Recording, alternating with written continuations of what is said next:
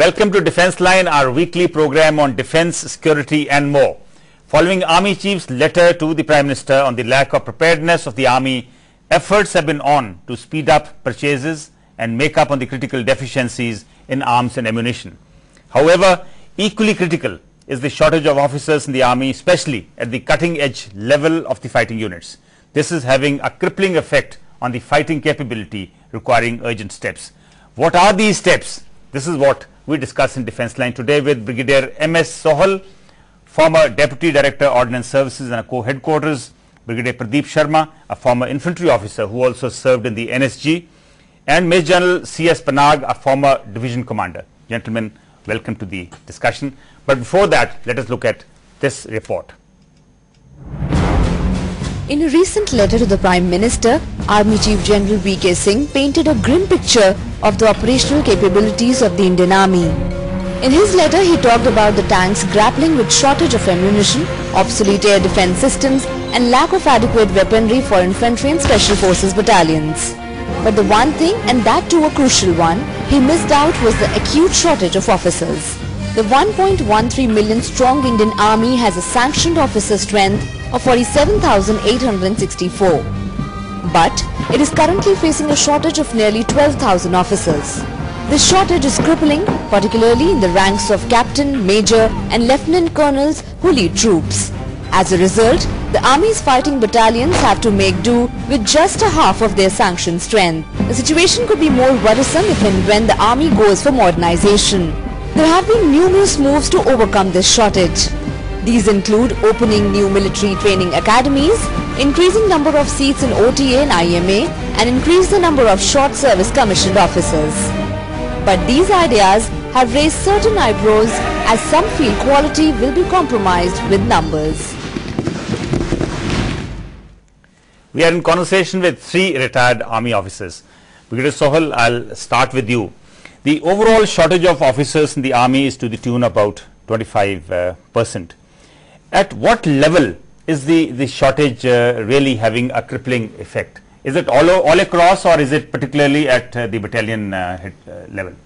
See, as far as Army is concerned, I think it is all the levels across the board it's affecting.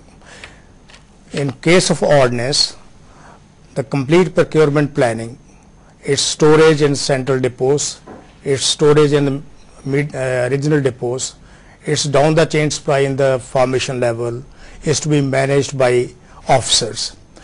Huge amount of money on 1.3 million items is spent, that is billions of dollars, you can say in currency sake. In other words, what ordnance is doing is keeping government money in kind in ordnance. That's right. So therefore, this shortage of officer is affecting across the board at all the levels, is as far as the services are concerned. As far as the other arms are concerned, I think it is affecting at the cutting edge level, also at the formation levels. Now, you from the Ordnance Corps, the equivalent of an infantry battalion, there is the Ordnance Division, Div Ordnance Unit, DOU. What is the sanctioned strength of officers in the DOU, and how many officers are there at this point of time? See, ordnance units, they are organized based on various terrain bases and the type of formation they are serving. It is generally between 12 to 15 officers authorized on the DOU. Availability is 7 to 8 officers per DOU. Brigadier Sharma, what about the infantry units? How are they coping up with the shortage? Well, several measures have been taken, although they are in part ad hoc. For example, we've got officers from Armored Corps, from the Ordnance and Services coming on cross attachment to units in hard field, especially in CIOps. And then we have the institution of re-employed officers to offset the load on staff work at headquarters. But re-employment would be at the level of Lieutenant Colonel and the Colonel. Lieutenant Colonel, Colonels. Now it's gone up to the brigadiers also. Okay. But then this is ad hoc. On the contrary, there is a lot of pressure both on the commanding officer as well as the younger lot who are out in the field operationally. Because sometimes, many a times, you will find either the commanding officer is doing without a 2IC, or is doing without his quartermaster, or he is rolling in quartermaster, adjutant, 2IC, all But in real in terms, one. how is it affecting your training and day-to-day functioning? It affects your training and day-to-day functioning, because the more number of hats you wear, the less time you can devote to different segments which represent each hat. Okay. General Panag, you retired almost about 10 years ago. What was the situation then when you retired? There is no improvement in the situation. But was it bad enough even then? It was bad then and continues to be bad. In fact, it's worse now. Okay. What we have to see is, you see across the board, the army headquarters, all the formation headquarters, all the schools of instruction have their full complement of officers. Right. It is the infantry battalions, or rather the functional unit level, ordnance unit, DOU, infantry battalions, armored, artillery, they are the ones who are understaffed, and they are being asked to perform their duties as of normal, and I would say the performance of duties is ad hoc.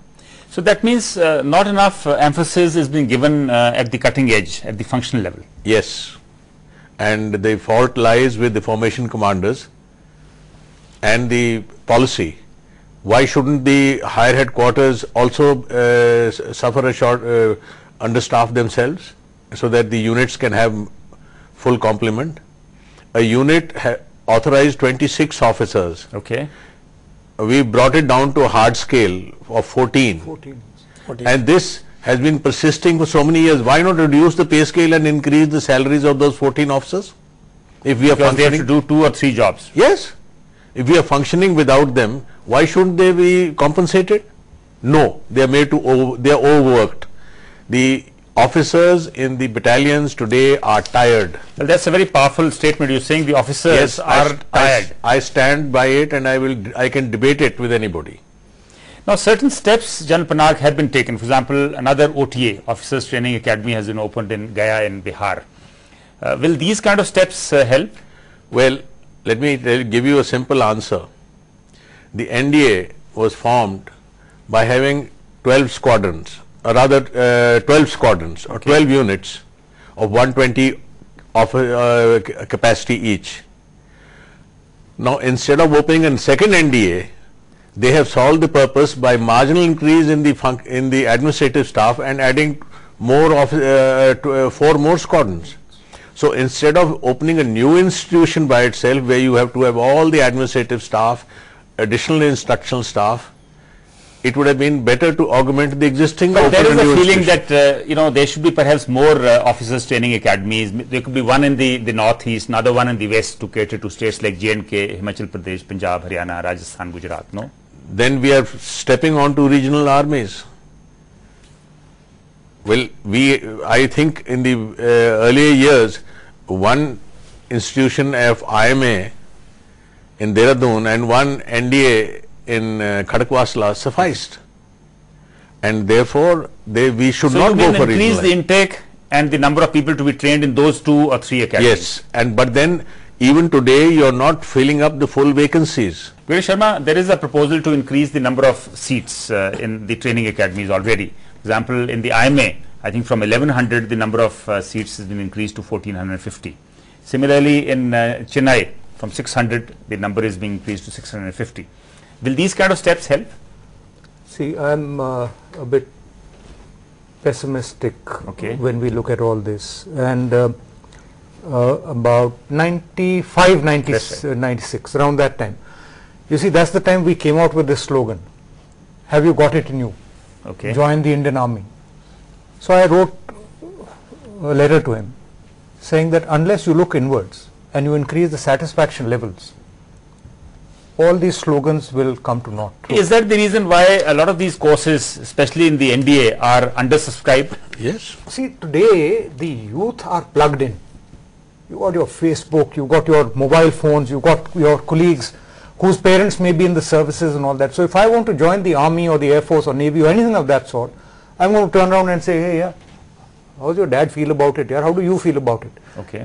And if this child gives me a let me give you an example. The army today is still ferrying students in modified 3 tons which look like cages in which you carry goats to slaughter.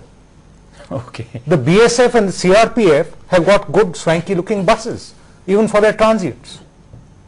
What is the kind of image that So what you're saying is there is a need inwards. for improvement all across the board. Your propaganda machinery, your recruitment machinery is within you. Unless you take care of those guys and they speak well of the organization across the board, the ladies, the children, the officers, the men, the JCOs, the whole lot of them, you will not have a resurgence of popularity of the service.